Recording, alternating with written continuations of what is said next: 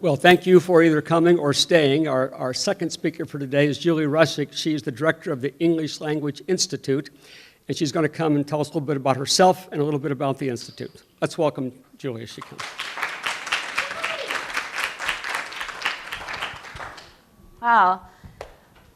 When I was 22, I graduated from college and emailed a friend and said, I'm interested in maybe teaching overseas.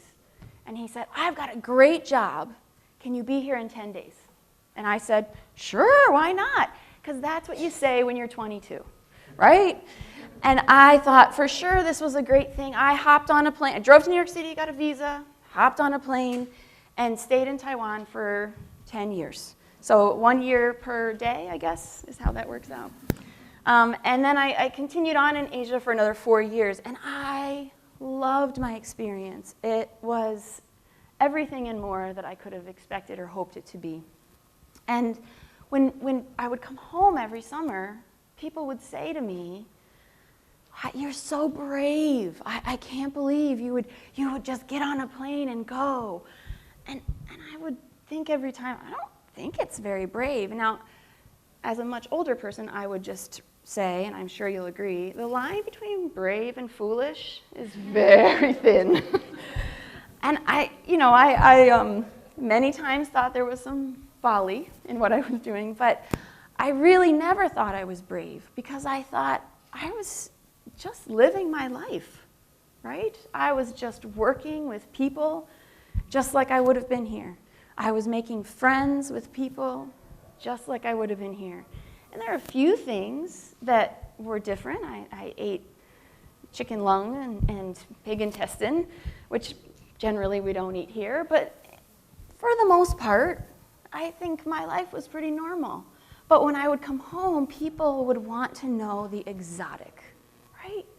When we talk about another country and another culture, we want to know the exotic. What do they eat? Which is why I tossed in that chicken lung and pig intestine point, because, But they want to know, how are they different? Oh, can you speak some Chinese for me?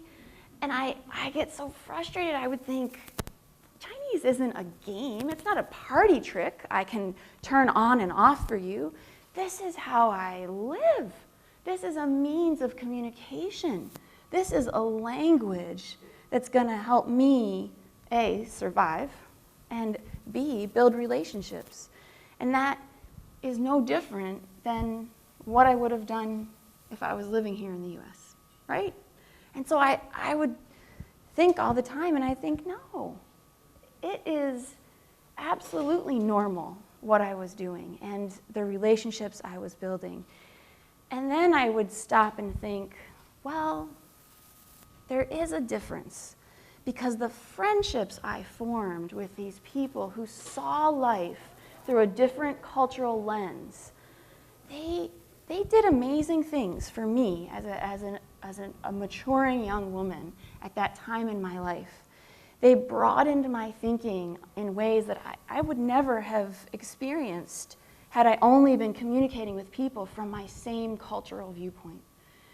They created in me an understanding of how complex life is and how little I really understand of those complexities of life.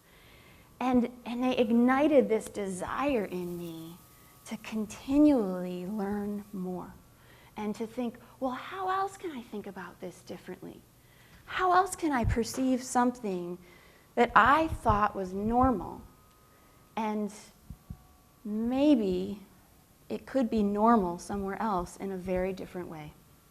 And so I guess, though the culture wasn't exotic to me and my friends were just normal, the relationships were exotic, because I had an opportunity to be exposed to something that I would never have seen had I stayed with a group of people who thought and felt the same way as I did.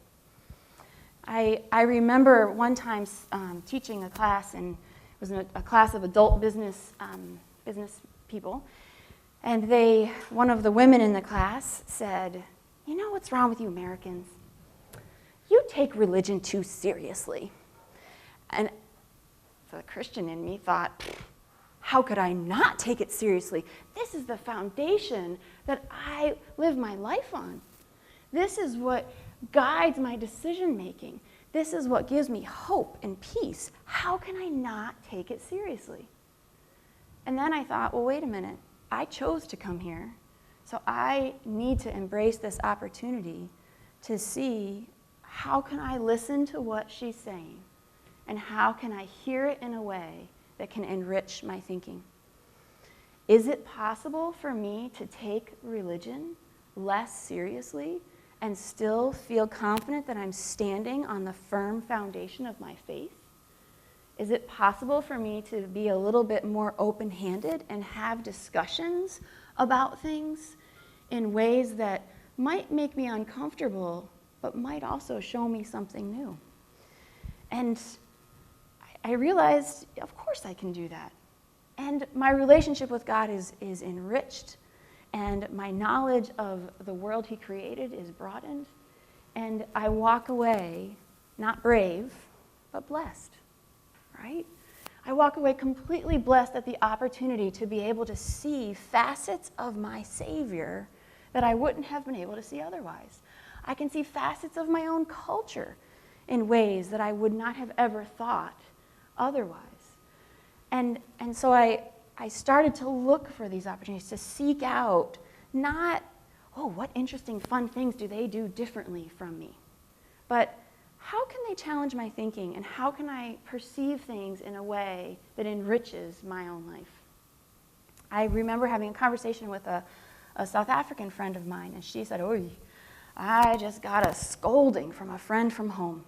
And I said, what? Do tell, what happened? And she said, well, I was talking about how I was going on some trips, and I wasn't really taking too many pictures and posting them on Facebook because it was just too much work. And the friend said, how selfish of you. You have an opportunity to go see and do things that I will never have. I will never be able to pick up and go to a country like you are and see and do the things that you're doing. And you're selfishly keeping it all to you. You're not sharing it with those of us who don't have that benefit. We don't think you're bragging. We think you're bringing us with you in this experience. And I thought about that, and I thought, well, I'm 22, right? Why can't you, right? Just go. It took me 10 days, right? But now I've been back in the U.S. for 6 years or so, and I get it. You can't, right? It's not easy to think, I'm just going to get up and go to another country. I'm going to just figure it out. I'm going to sell my house, sell all my possessions, leave my family, make new friends, learn a new language, eat foods that really gross me out and normally I'd throw away, right? I'm going to suddenly just shift my entire world because it might be interesting. I understand now how difficult a request that is to make of someone. And I don't think I got that when I was young because I'm a little bit impulsive. If you know me at all, you'll know that that is an understatement. But I recognize that that is not something that the average person is able to do. But the average person doesn't have to go to another country. The average person doesn't have to fly halfway across the world to engage in other cultures and communities. At Roberts alone, this is our international community on our campus. That is a pretty impressive smattering of colors. All of the red colors are countries that we have some connection to because of either a student who is here on a student visa. It could be someone who is here in the U.S., maybe they're a permanent resident or are a different visa type. Some of those are international faculty that are here working at Roberts and bringing their culture and their expertise to our students. And some of those are missionary kids who are American, but they grew up in another country, and so they bring that global perspective back. And this is just our campus. In the Rochester area, we are a very popular destination for immigrants. We have a large population of immigrants in the Rochester area from Africa, Europe, and some places in South America as well. And all you need to do is not get on a plane, not sell your house, but be willing to go and talk to someone. Now, the tricky part is what our temptation is to go and treat them as if they are that novelty, right? And I cannot say enough. A language is not a party trick. Oh dear. A language is not a party trick. And so going up and asking them to, oh, can we do something interesting in your language? What language do you speak? That's not building a relationship. You would never go to a friend and ask those kinds of questions. But to build a relationship and to say, I want to learn from you. I want to get to know you. Can we have coffee? Can we eat together? It is a simple task of saying, I'm going to choose to engage with someone who is different from me.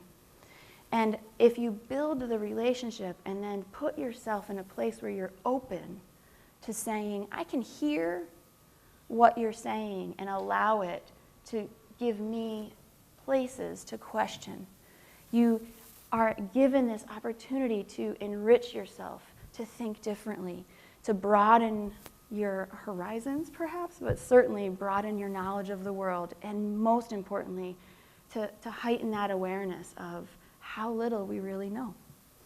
So the English Language Institute is it's an incredible opportunity for us to, firstly, teach English to people that are here.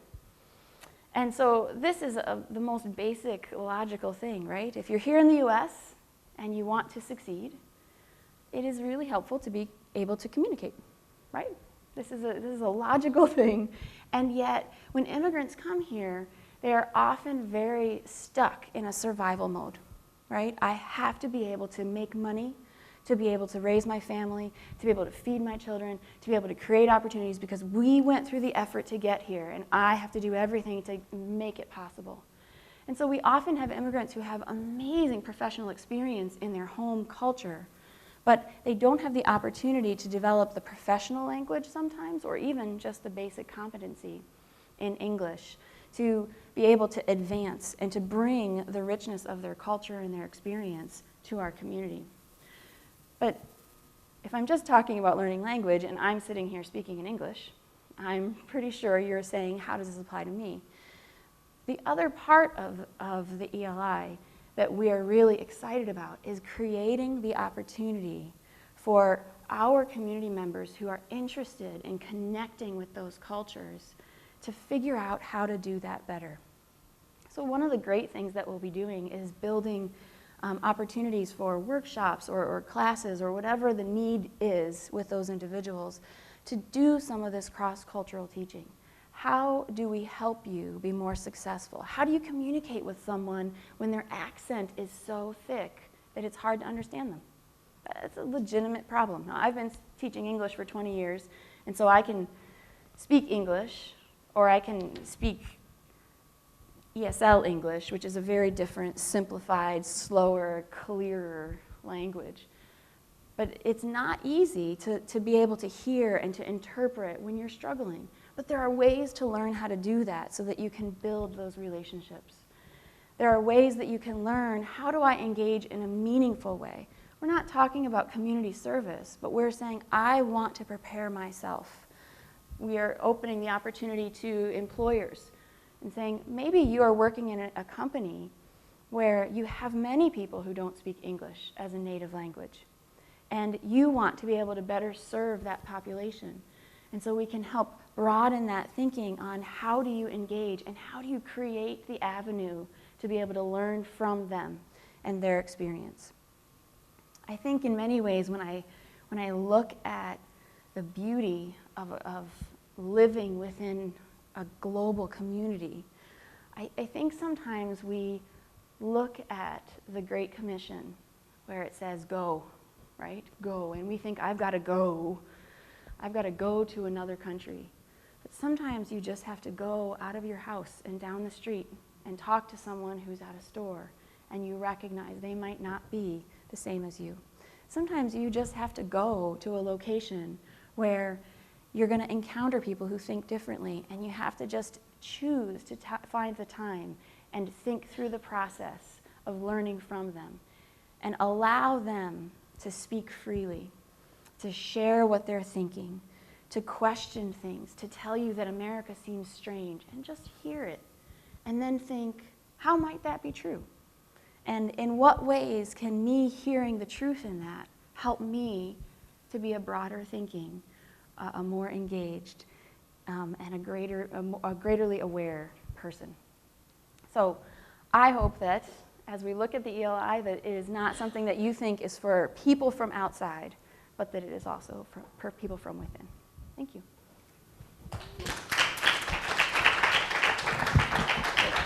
Questions? And again, this is being taped, so I'll bring the mic to you.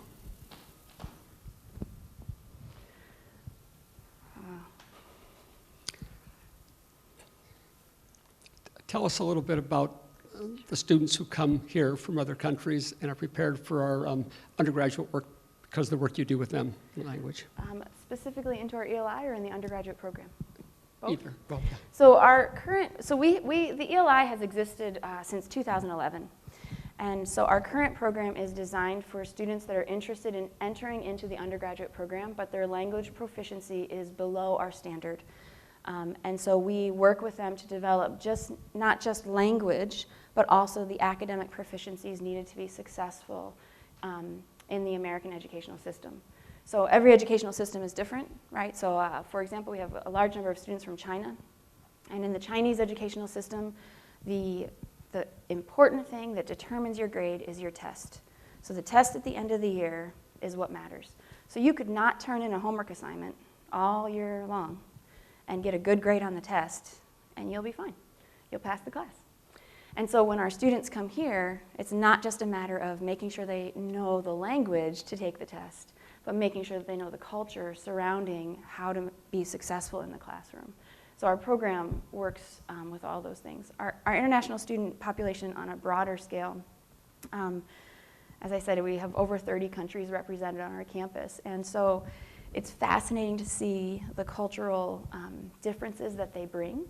It's often interesting to me that the people that struggle the most sometimes with the initial cultural adjustment are people that are from cultures very similar to ours, because they come in thinking it'll be the same. So students from the UK, sometimes Australia, they'll come in and say, I can't get settled, because they thought it would be the same. And they weren't prepared for this is going to be a different experience. And so we do a lot to walk through this experience of transition with them. How do you adjust to living in a different culture? Yeah. Questions?